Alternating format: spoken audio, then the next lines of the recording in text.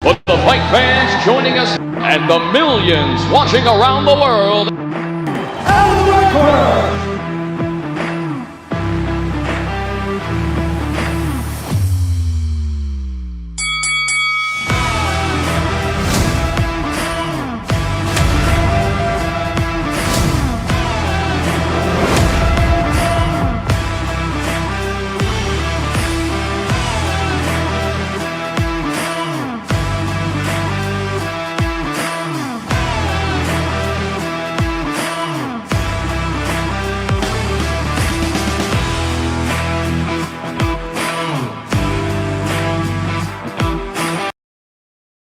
Yes, everyone, welcome back to In the Red Corner podcast with me, Ross. I hope everyone is well this evening.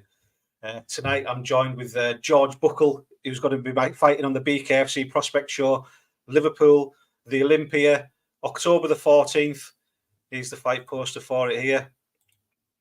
There he is, George Buckell on the right against Ray Puttrell. It's going to be a hell of a show.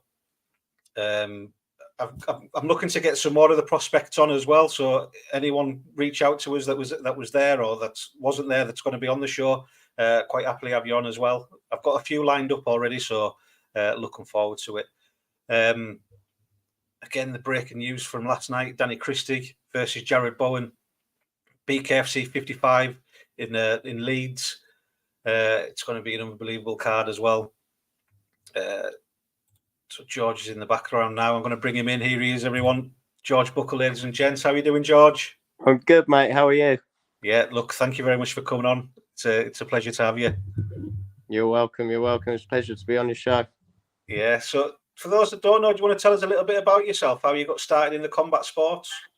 Yeah, so I'm 28. I've been boxing for about 10 years. Done a lot of white-collar boxing. I just started it off for a bit of fitness, really. My profession, I was a jockey, so I rode racehorses in races. And I've done that for just over 10 years. So I started boxing just for fitness. And then I started having... Sorry, being a jockey must be, you must have to be fit to be a jockey as well. Yeah, you have to be fit. You have to be very light. So I had to keep my body weight at about 8 stone 4 to 8 stone 7 every day. So you have to be very fit, but very, very strong at the same time. Yeah. So you've done that for 10 years. Did you start that at a young age then, or? Yeah. So I started working in a horse racing yard when I was 11. Right. And I was just working there at the weekends until I turned 16, and then I became an apprentice jockey. And then I just gradually took the steps up the ladder. Rode in England, rode in Dubai, travelled all around the world with racehorses. And amazing. And then yeah, took the boxing up. So I took boxing up for the fitness aspect of it. Started sparring and just absolutely loved it. And then had my first white collar fight. And yeah, just carried on from there and just loved it. But this isn't going to be your first bare knuckle fight. You were saying that you fought on, is it Spartan show as well? Yeah, so I fought for the Spartan promotions for Christian Roberts. That was in the pits. So the 8 feet by 8 feet in the hay bales. That was my first one. I had a first round knockout in that. Fantastic. And there was a link to Tyler Goodjohn as well with that ex-BKFC fighter. Yeah, so nice guy. So one of my best friends, who's sparring partner, who's done a lot of training with me, he actually trained with Tyler a good few years ago. And I got in contact with him, and Tyler was very good, was kind enough to let me go and train with him. And then he kind of mentored me up to that fight. Which was really, really, really kind of him, and it was great advice at the time. And then that's kind of how I got the opportunity. I think with the BKFC, because after I won that fight, Tyler put some posts out about it, and the BKFC kind of had a look at me then, and that's kind of how the ball got rolling with that. Yeah, I mean, Tyler's a top lad. He's been on the podcast himself, and I'd love to see him back in the BKFC sometime. I think he's got to run it back with Tony Soto. I hope so, because he's an absolute warrior. I think he got robbed on that fight. There's mixed opinions of it, but yeah, he's an absolute warrior and a top gentleman as well. Yeah, absolutely. So this is a lightweight fight you're at. Is this your normal weight then, or? No, I've actually had to come up for this weight. But it's kind of been a gradual progression. As I said, when I was riding, I had to be very light. So it's took a bit of time for my body just to adjust since I retired from race riding. But I've kind of over the last year started piling on the pounds and got to a weight where I'm quite comfortable now. Feeling strong and feeling fit with it. So I'm not worried about the extra weight. It's quite natural, and it's come at the right time. Yeah, we were talking off camera beforehand as well, and your story sounds incredible. After you retired from being a jockey and things like that, you kind of fell down a bit of a dark path. And do you want to talk about it? Are you willing to share? Yeah. So obviously, when you're in racing's quite it's quite a high adrenaline sport to be in, and you get very, very big highs with it. And I struggled coping with that on a day-to-day basis, because obviously you lose more races than you win. So you're always trying to find that next adrenaline boost. And then when I retired, I was kind of just in a bit of a hole and didn't know where my life was going. And I fell into a bit of a depression, and started using drugs quite a bit. And got caught up into a big black hole with things. Sorry, what age were you at this time then? I'd have been about 24 when I was in my height of my using. Yeah. And then I got myself clean. Was training hard for my first bare knuckle. Things were going right. And then I won that, and it was like a massive high again. And then after that, I just plummeted, and I was just in the worst place I've ever been in my life. I was in a dark place that I couldn't get out of, and for a long time I was just very suicidal, just mentally unwell, and I was using drugs to try and cope with it. And literally, it was only just over 3 months ago now that I was sat in a hospital bed after I tried to commit suicide. Drugs had just took over my life, and I didn't really know how to get out of it. But it sounds horrible, but it was probably the best thing that ever happened to me, because it turned my life around.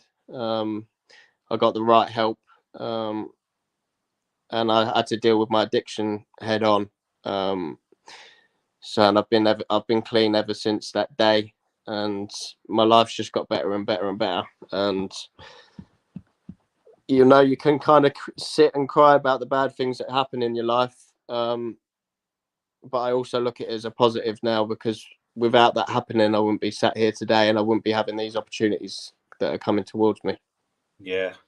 I mean, an amazing story. I mean, sometimes you've got to hit the lowest of the lows to climb back up, don't you, and rebuild. Yeah. And that's the thing. And the thing I learned with it is, you can obviously, mental health and depression is a massive thing, and it affects men especially in lots of different ways. And I've sat on a pity pot for a long time and moped about and kind of blamed it on that. And yeah, it is a reason for feeling bad on a day-to-day basis. But the way I've actually learned to deal with it now is just to be accountable for myself, and accept the fact that, yeah, bad days do happen. But I have to be accountable for my actions every day and get on and just fight back at it. And since I've been doing that, I'm just a much happier person. Yeah. I mean, chasing the extreme highs, with extreme highs come extreme lows as well. So, I mean, it's something I talk to the fighters about as well, of, winning or losing. But after a fight, the emotions are all over the place as well. And not just immediately after, it can, I spoke to Morgan Starkey last night, who he lost. I spoke to him in the hotel afterwards. He was gutted. I spoke to him the week after. He was gutted, and he was saying, it is what it is now, kind of thing. He's over that loss, and you move forward, you put it behind you, and things like that. So, have you got anything in place then to kind of combat, the extreme high and low that's going to come with this fight? Yeah. So, basically, from that day that I was laid in the hospital bed, my life changed completely. I had to get rid of a lot of people out of my life, and just keep good people around me, the people that support me, and just get rid of the people that use you, and the people that don't really care about you, and having the right support system around you, win, lose or draw, is what the main thing in life is about. If you lose a fight, if you win a fight, being able to come back and have a family support system, you have the right friends around you that are going to keep you up. That's what you need. You can't just go and hide in a dark room crying about it. Whatever happens on the night happens, and you just got to carry on your journey. Yeah, definitely. I mean, do you mind if I ask what kind of support you reached out and looked for, and what's helped you? Yeah, so there's so I still work in horse racing now, and a very good friend of mine, Sam Warren, he runs a charity that started on Facebook called Race, and that is basically just a Facebook page where people with mental health problems, addictions, can just talk to people in a group. They can do it anonymously, and just get support from other people that are struggling. So when I went into hospital, my girlfriend called him, and he got in touch with me. I've always was already friends with him, but I didn't know him as closely as I did now. And literally, he picked me up from the hospital the next day, took me off to Narcotics Anonymous. I've been going to that ever since, and just kind of found people that give you the support and the strength to carry on every day. Yeah. So are you on the step work as well now then? Yeah, I did. I've got a sponsor now. I've just started my step work in the last couple of weeks, so I do that now as well. I mean, NA is a great place. It's helped so many people, and other fighters. I always find it quite hard talking to people. I mean, I appreciate you opening up and sharing and showing your vulnerability and things. I think it's, from what people expect of, fighting men or, rough, tough lads kind of thing. Everyone suffers, doesn't matter who you are. Yeah. But there's always a way out, and there's always people that can help you. Yeah, and the thing I found with it is, before you've gone through it, you as a man, you think you're being weak, but I've actually found a lot of power and strength from it. And even though in a short amount of time, I've been able to help a lot of people through what I'm going through, and been able to give that support back to people that are just starting that journey. And as you said, it doesn't matter who you are. You can look at Tyson Fury, heavyweight champion of the world. He's been through the same thing, as millions of dollars. He's got a beautiful wife, beautiful family, and depression and addiction still brought him to his knees.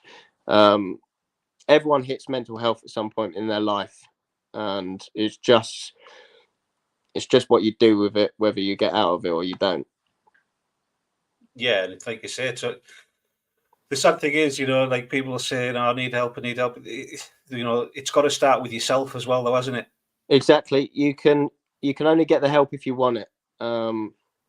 and that's why I was in it for so long, was because I was one of them people that just, I don't want to say cried because it almost sounds wrong, but I did cry about it, and I was saying, "Oh, I need help," but I wasn't doing the right stuff to get help. And at the end of the day, I had to look at myself in the mirror and make a change for myself to get better. Yeah. And like you say, changing your circumstances of the people that are around you, making sure you've got positive influences around you is a huge thing as well. Yeah, exactly. Yeah. Well, I appreciate you sharing that story with us. Thank you very much. No problem at all. There is help out there for people if they need help, and don't be afraid to ask for it either. So yeah, and exactly, and anyone that's watching this that is struggling with anything, my message box is always open. So either DM me on Instagram and ask for help. I'll always give you support. Yeah, well, the link to your Instagram's in the description box as well. So anyone, speak to George, and he'll do his best to help you. Your link's also there for the main reason of not the main reason, but another reason it's in there is for tickets as well. People can buy tickets through you, help you get a payday for the BKFC Prospect show. Yeah, it'd be a big help. Obviously, I was born in London, and I live in Suffolk now, in a place called Newmarket. So I'm travelling a long way for the fight. So I've got to kind of try and get an army behind me to bring up against the Scousers. And they're hard enough on a normal day, but yeah, I'll be trying my best. So the more tickets I can sell, the better. Yeah, I mean, I was speaking to Ed Tarrin, one of your training partners. He was on the podcast the other night as well. So I mean, I'm sure you'll be able to get a coach full up between you or something. Yeah, we're gonna have to team up and come and try and bring an army up between us. So what can we expect to see from you, George? How would you describe your fighting style? Kind of don't want to try and give too much away, but I come forward a lot, very aggressive, a lot of power, a lot of explosiveness. But it doesn't mean I can't box. I'll be picking the right times, and but when the openings come, I'll be coming with a lot of aggression. Yeah. And do you know much about your opponent at all, or? Second, sorry. There we go. I don't. To be fair, I've seen a couple of clips, but I wouldn't take him for granted. Anyone that gets in this game has got the skills and backbone behind them, and it only takes one punch and this bare knuckle to put your lights out. So I've got to be on my A game. I'm training my hardest. I will be training my hardest going forwards, and I won't be taking him lightly. That's for sure. Yeah, only 3 weeks away now from the show as well. How does the rest of camp look for you? Yeah, it's good. So I'll be picking up my sparring now for the next couple of weeks. Just doing it. I do a lot of starting to do a lot of cross training, a lot of circuits. Try and get that fitness work in. That come from kind of Tyler Goodjohn as well. That was one of his points of advice. So yeah, just working hard and getting as much training in as I can. Yeah. Going back to what you were saying as well, though, so like the CrossFit, the training, everything like that, is that something that helps you combat your your addiction? Yeah, 100%. I mean, just fighting in general, it just keeps my head ticking in the right frame of mind. As I said to you before we come on, I thought I was going to pack up with fighting, and I didn't really have anything else to fall back on to enjoy. I love fighting, and it keeps me sane at the end of the day. Yeah, it's difficult, isn't it? It's like keeping yourself busy and almost not giving you time to think about other things. Things like that, the addiction to keep it at bay, I suppose. Do you find it difficult in the times where you kind of just sat doing nothing almost? I do, and I don't. I do have to give myself a bit of alone time just to be in my own thoughts. But at the same time, I don't like to be there for too long. Yeah, it's a nice place to visit. Yeah. It's not a long haul holiday. Let me tell you. It's good though. I mean, I love talking to people about this kind of subject. I mean, I don't know anything about it. I'm not qualified in any way, shape, or form. But we can only talk about personal experiences, I suppose, isn't it? And yeah, and to be honest, that's where I've found the biggest help is in people's experience. I've dealt with doctors and psychiatrists, and yeah, they all help for a little while, but the only substantial help that I've ever had is from people that have been through it and had the life experience. yeah, people that you can associate with, I suppose, isn't it, or not? Yeah, well, it's That's one the of right them word. things you can talk to a doctor, and at the end of the day, unless they've been through it, they don't know how you feel and they don't know the way to get better. And when that's the thing with NA, you're talking to people that have come out of the other side of addiction. They've felt the things you have felt, and can point you in the right direction to get better. Yeah, absolutely. Well, look, I wish you the very best of luck with it all, and I'm looking forward to meet you down there. Yeah, 100%. I can't wait. It's gonna be a great night. You're gonna see some big punches from me, and it's gonna be explosive. And watch out. Fantastic, mate. Is there any coaches, sponsors, gyms you want to give a shout out to? Yeah, so I train at Eddie Guess. Obviously, Coach Eddie Guess. He's been a great supporter of mine for the last 10 years. I've always trained with him. My sponsor that sponsors all my fight kit, Garrett and Co. Dan Barney, and also just all my sparring partners and everyone that helps me train. Reno, they just make every day easier. So everyone there. Excellent. Is there anything else that you want to finish on there, or?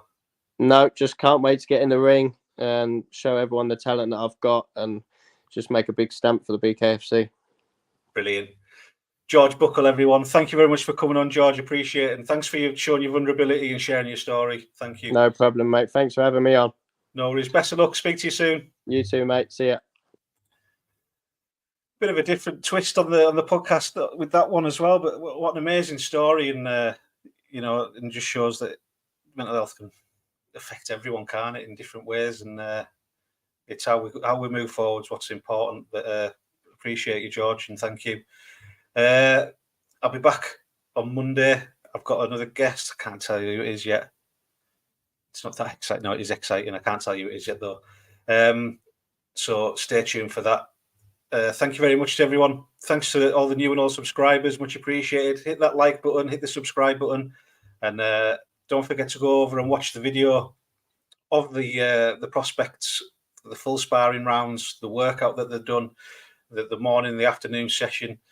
Go and give that a watch. Exclusive interviews with Danny Christie, Mick Terrell, Andrew Bakewell, all the lads that were there. Hard Hitters Gym.